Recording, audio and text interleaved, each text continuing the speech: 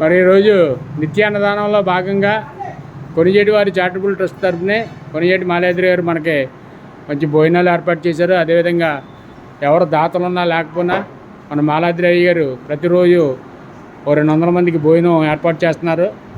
ఆయన ఆరోగ్యం బాగుండాలని, వారి వ్యాపారాలు బాగుండాలని, అదేవిధంగా చారిటబుల్ ట్రస్ట్ సభ్యులందరూ వ్యాపారాలు బాగుండాలని, వారి కుటుంబ సభ్యులందరూ బాగుండాలని, అదేవిధంగా మనకే అన్నదానానికి పుట్టినరోజులకి ఏదైనా సందర్భాల రోజులను బట్టి మనకి సహాయం చేస్తున్న ప్రతి ఒక్కరి కుటుంబాలు బాగుండాలని మనం ఈరోజు కాశీ అన్నపూర్ణ దేవిని, వాసవి మాతని ప్రార్థించుకుని భోంచేద్దాం.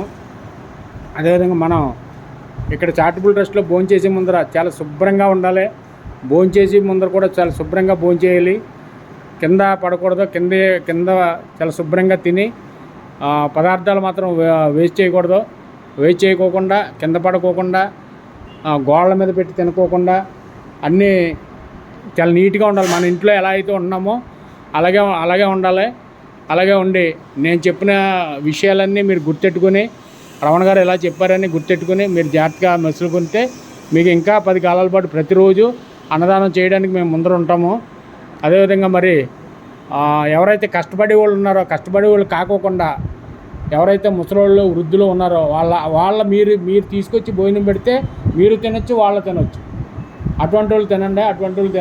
ఇప్పుడు మీరు కష్టపడుతున్నారు, కష్టపడి 1000 రూపాయలు సంపాదించుకుని ఒక 500 ఎంతో బ్రాంచ్ షాప్లో కట్టేస్తున్నారు. ఇక్కడ భోంచేసి వెళ్ళిపోయి ఆ అరుగులంటే అక్కడక్కడ పడుకుంటున్నారు. నేను చూస్తున్నాను. అటువంటివి చేయకండి. భోజనం లేనందుకు భోజనం పెడదాం. ఆకలి లేని రాజ్యాన్ని మనం స్థాపించుకుందాం. ఇక్కడ నిడదల్లో ఈ చుట్టుపక్కలలో ఎవరో ఆకలితో వండుకోకుండా మంచిగా భోజనం పెడదాం. భోంచేసే ముందర కాశీ అన్నపూర్ణ దేవిని, వాసవి మాతను ఒకసారి ప్రార్థించుకుందాం.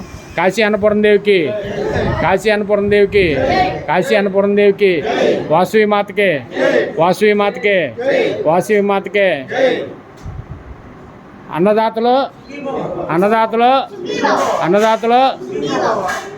భోంచేయండి. వడ్డించండి, భోంచేయండి.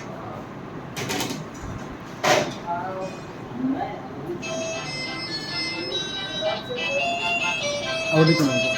ఇలాగ